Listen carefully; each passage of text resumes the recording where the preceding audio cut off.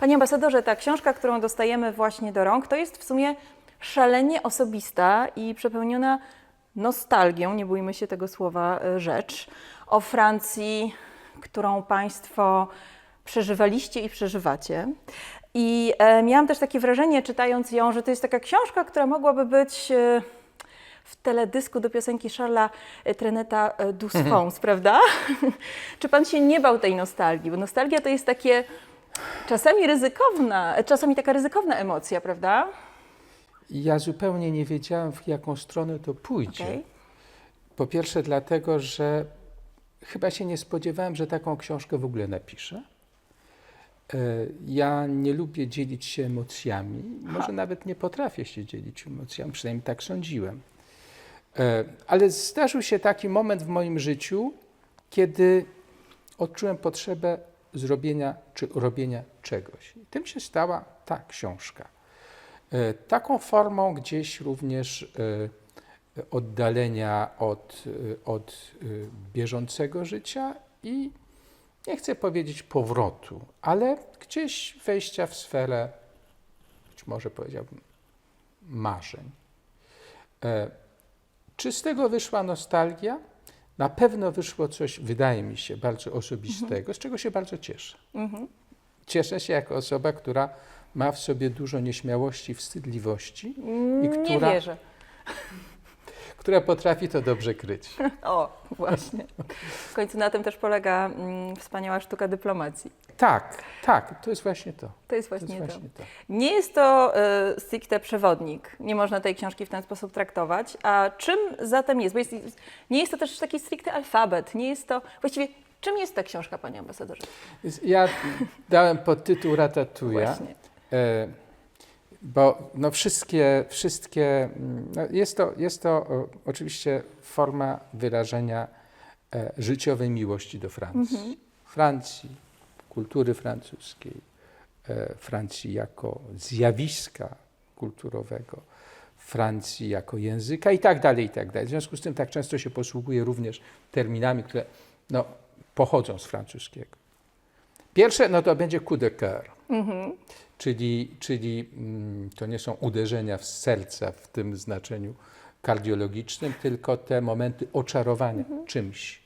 A jak wiemy, oczarować się można równie dobrze widokiem, książką, rozmową, Człowiekiem. winem, człowiekiem, daniem i tak dalej, i tak dalej. A zatem ta materia jest materią, nie użyłem słowa celowo, patchwork, no bo zostajemy jednak We Francji.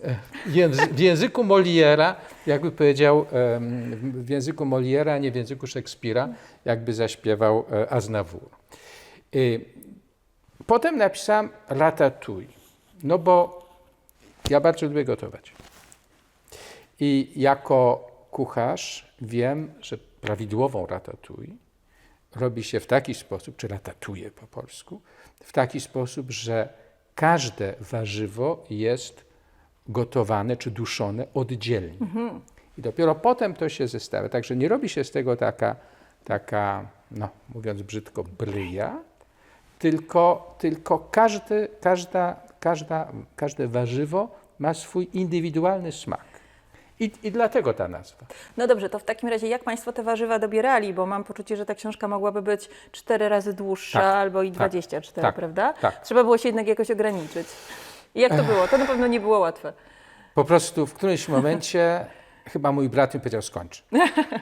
Okay. Rzeczywiście wiem, w tym momencie się złapałem, ilu rzeczy nie napisałem i się poczułem, no, poczułem jakąś takie skrępowanie wobec na przykład tych miejsc, regionów, których nie opisałem.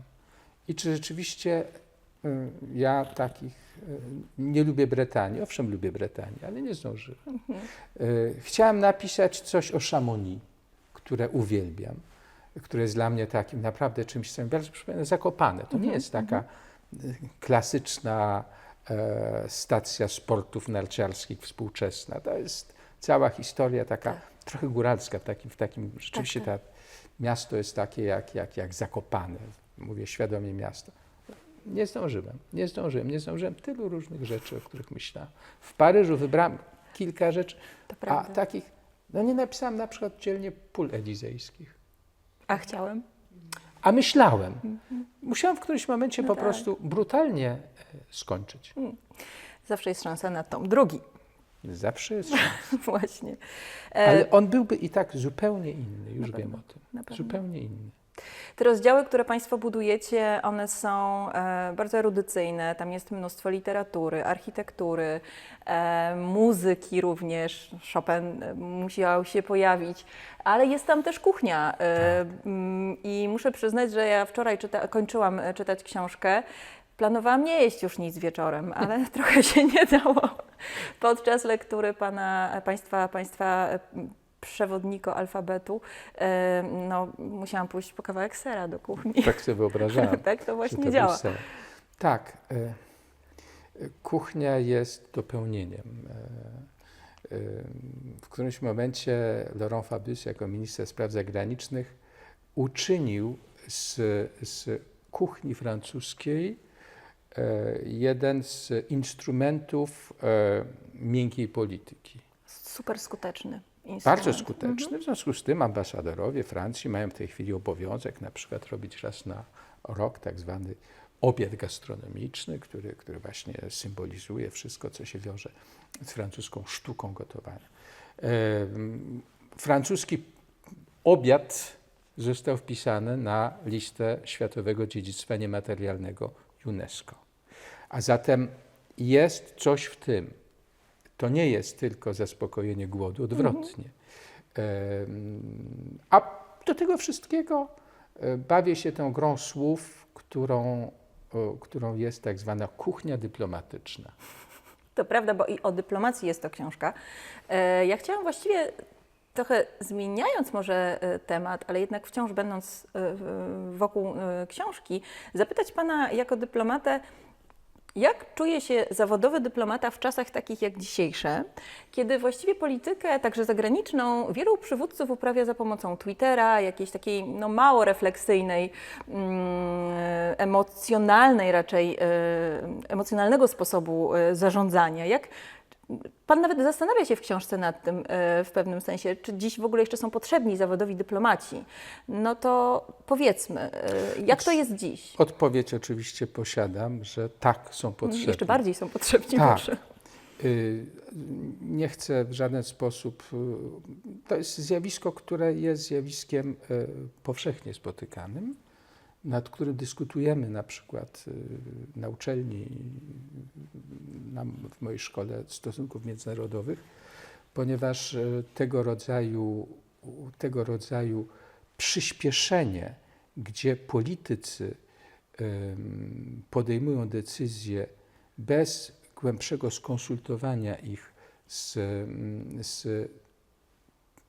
różnymi kręgami doradców, Tak. bo te kręgi zazwyczaj w decyzjach, o których mówimy, zazwyczaj składają się z 3 typów ludzi, czyli po pierwsze, wszystko jedno w jakiej kolejności, dyplomatów, wojskowych i wywiadu.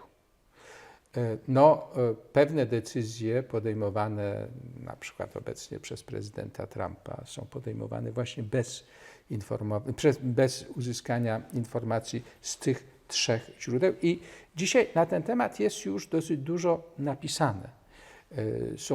Są liczne artykuły, w związku z tym mamy do czynienia z pewnym zjawiskiem i to zjawisko prawdopodobnie dotyka wielu. Mam bardzo licznych kolegów i to był dla mnie szok, gdzie moi brytyjscy koledzy, zawodowi dyplomaci, bardzo jednoznacznie stanęli przeciwko Brexitowi. Bardzo jednoznacznie. I to tacy, którzy byli, Lord Rickett, który był moim kolegą w Paryżu, był poprzednio doradcą premiera Camerona do spraw bezpieczeństwa i obrony, a zatem to nie był przeciwnik polityczny, prawda? Czyli mamy do czynienia z pewnym zjawiskiem, gdzie zmieniają się czasy działania polityka z jednej strony, gdzie te przyspieszenia również przyjmują formę technologiczną, Tak. a z drugiej strony tych kręgów urzędniczych, które mają jakby inne postrzeganie długości trwania procesu I może I trochę muszą... odradza się w tym poczucie tego, że się służy państwu. Ha, okej. Właśnie w ten sposób.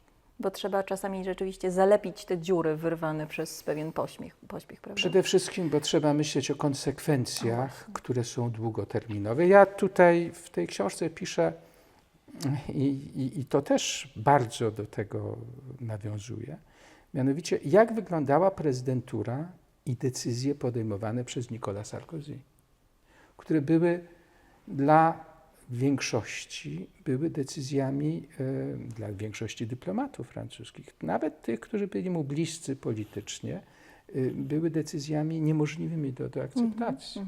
Jak choćby decyzja o ataku na Libię, która była nieprzemyślana, która była nieskonsultowana, o czym wiem ze źródeł dosłownie bezpośrednich.